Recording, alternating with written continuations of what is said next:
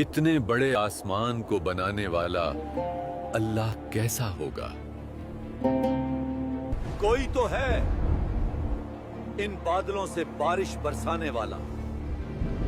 دیکھو کیسے یہ سوکھے درخت ہرے بھرے ہو رہے ہیں۔ اس نظام کو چلانے والا اللہ کیسا ہوگا؟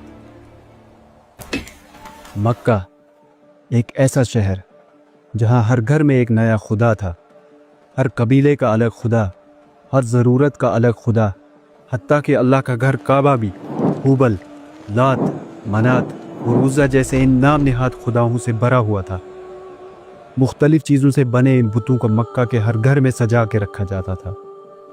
بت پرستی اس قدر تھی کہ بت مکہ والوں کی تجارت کا سب سے اہم حصہ بن چکے تھے، جنہیں بیچا اور خریدا جاتا تھا۔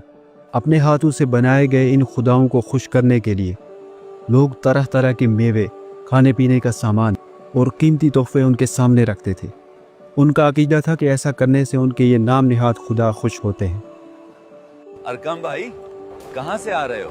میں قینان سے خدا حبل کے لیے تحفے لایا ہوں۔ لیکن پھر شرک کے اس شور میں ایک پرسکون آواز گونجتی ہے، لا الہ الا اللہ۔ اللہ کے محبوب نبی محمد الرسول اللہ صلی اللہ علیہ وسلم اللہ کی وحدانیت کا اعلان کرتے ہوئے فرماتے ہیں، اے مکہ والوں، ان بتوں کی عبادت چھوڑ کر اسے ایک اللہ کی عبادت کرو جس کے سوا کوئی معبود نہیں۔ اللہ کے نبی صلی اللہ علیہ وسلم کے اس پیغام نے مشرکین مکہ کو بے چین کر دیا۔ یہ کیسی گستاخی ہے؟ یہ ہمارے خداؤں کی توہین ہے۔ کیا ہم اپنے خداؤں کی عبادت چھوڑ دیں؟ ہرگز نہیں۔ انہوں نے رسول اللہ صلی اللہ علیہ وسلم سے ایسا سوال پوچھا جس سوال نے آسمان کا سینہ چیر کر رکھ دیا۔ اپنے خدا کا تعارف تو کراؤ، وہ کس چیز سے بنا ہے؟ وہ کیسا ہے؟ اس کا خاندان کیا ہے؟ وہ سونے کا ہے یا چاندی کا؟ اللہ کے نبی صلی اللہ علیہ وسلم تو اس وقت خاموش ہو گئے۔ ایسا لگ رہا تھا کہ کائنات نے ایک پل کے لیے اپنی سانسیں روک لی۔ لیکن پھر آسمانوں کا سینہ چیرتے ہوئے اس گستاخی کا جواب آیا، ایسا جواب جس کا ہر لفظ شرک اور کفر کو کاٹنے والی تلوار کی طرح تھا۔ اللہ کا وہ تعارف جس کے بعد کسی تعارف کی گنجائش نہ رہی۔ یہ نچوڑ ہے قرآن کی چھوٹی سی اس سورہ کا جو 1/3 قرآن کے برابر ہے۔ یہ اثر انداز واقعہ ہے سورہ الاخلاص کا۔ اخلاص یہ عربی لفظ خالص سے نکلا ہے جس کے معنی ہے پاکیزگی یا خلوص۔ لیکن دلچسپ بات یہ ہے کہ لفظ اخلاص اس سورہ میں کہیں بھی استعمال نہیں ہوا، تو پھر اس کا نام سورہ الاخلاص کیوں ہے؟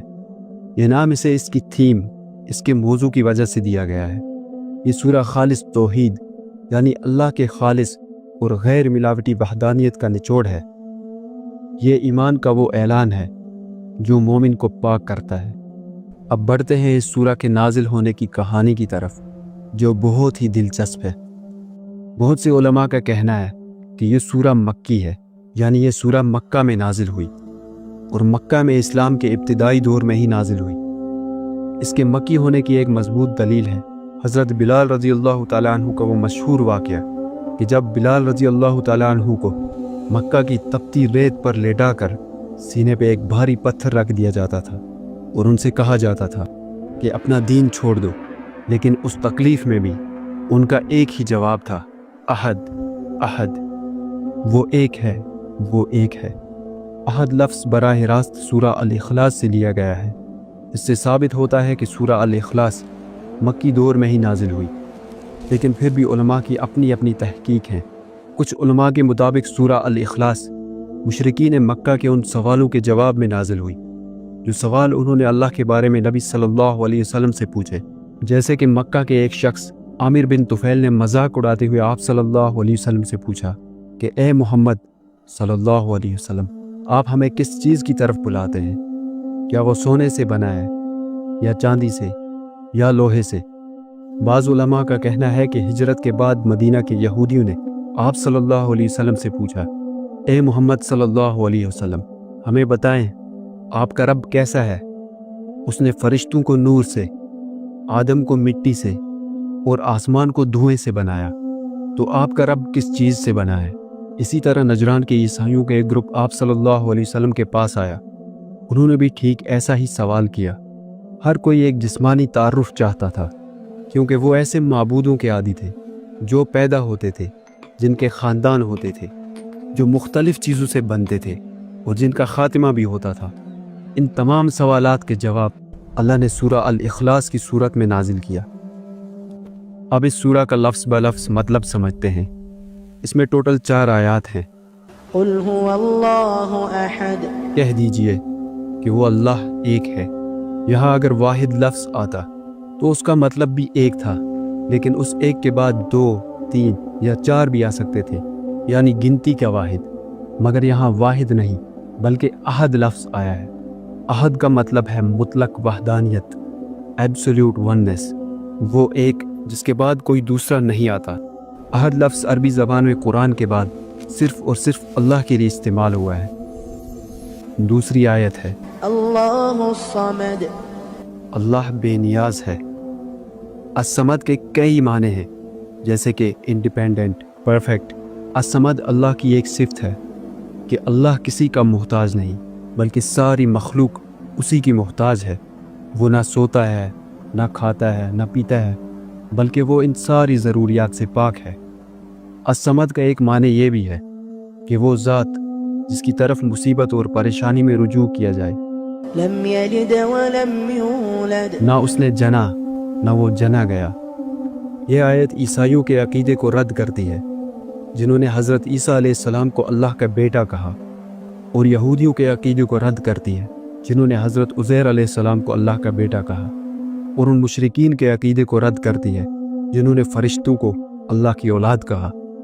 کسی کے پیدا ہونے یا کسی کی پیدائش کا ذریعہ بننے کا مقصد ہوتا ہے اپنی نسل کو آگے بڑھانا، اور یہ وہی مخلوق کرتی ہے جنہیں اپنی نسل کے ختم ہو جانے کا ڈر ہو، جیسے انسان، حیوان، پرندے وغیرہ۔ لیکن اللہ ہمیشہ رہنے والا ہے، اس لیے اسے نہ نسل کی ضرورت ہے نہ ہی خاندان کی۔ یہاں پہ یہ بھی کلیئر ہو جاتا ہے کہ اللہ اس چیز سے بھی بالکل پاک ہے، نہ وہ کسی کی اولاد ہے نہ اس کی کوئی اولاد ہے۔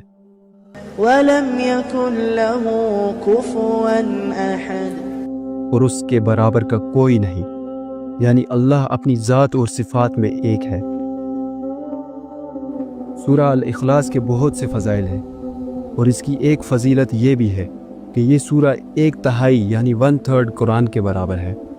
علماء کرام فرماتے ہیں کہ پورا قرآن بنیادی طور پر 3 حصوں میں تقسیم ہے۔ توحید یعنی اللہ کی پہچان، اللہ کی وحدانیت، رسالت، نبوت اور الہی قانون یعنی وہ لاز جن سے ہمیں پتہ چلتا ہے کہ کیا کرنا ہے اور کیا نہیں کرنا، آخرت یعنی آخرت کا دن۔ سورہ الاخلاص خالص توحید ہے۔ یہ قرآن کے پہلے اور سب سے اہم حصے کی سمری ہے، اس لیے اسے سمجھ کر پڑھنا گویا قرآن کے سب سے بنیادی پیغام کو اپنے اندر زندہ کر لینا ہے۔ اس آسان سی اور چھوٹی سی سورہ کی فضیلت ہمارے تصور سے بھی بہت اونچی ہے۔ اس سورہ سے محبت کا صلہ جنت ہے۔ ایک صحابی اس سورہ کو ہر نماز میں پڑھتے تھے۔ جب آپ صلی اللہ علیہ وسلم نے وجہ پوچھی تو انہوں نے کہا، اس سورہ میں اللہ کی صفات ہے، اس لیے مجھے اس سے محبت ہے۔ تو آپ صلی اللہ علیہ وسلم نے فرمایا، تمہاری اس سے محبت تمہیں جنت میں لے جائے گی۔ سورہ الاخلاص صرف ایک سورہ نہیں، یہ آپ کے اور میرے رب کا تعارف ہے۔ یہ ایسا آئینہ ہے جس میں ہمیں اللہ کی ذات کی جھلک دکھائی دیتی ہے، پاک، بے مثال اور ہر ضرورت سے بے نیاز۔ ایک مومن کی حیثیت سے سورہ الاخلاص کو معنی کے ساتھ پڑھنا ہمارے لیے بے حد ضروری ہے، کیونکہ ہر رشتہ پہچان سے ہے، اور اللہ کے ساتھ ہمارا رشتہ تبھی مضبوط ہو سکتا ہے جب ہم اللہ کو پہچان پائیں گے، کیونکہ اللہ کو پہچاننا زندگی کا سب سے بڑا ٹریجر ہنٹ ہے، اور سورہ الاخلاص اس خزانے کا نقشہ ہے۔ اور ایک ضروری بات، ہر انسان کی زندگی میں اتار چڑھاؤ تو آتے ہی رہتے ہیں۔ جب بھی برے حالات آپ کو گھٹنے ٹیکنے پر مجبور کر دیں تو ایسے میں اس ذات کی طرف رجوع کریں جو الصمد ہے۔ اس ایمانی سفر کو جاری رکھنے کے لیے ایمانی فائٹ ٹاکس کے ساتھ جڑے رہیں۔ اگر یہ ویڈیو آپ کے لیے تھوڑی سی بھی ہیلپ فل رہی تو کامنٹس میں اپنے خیالات کا اظہار ضرور کریں۔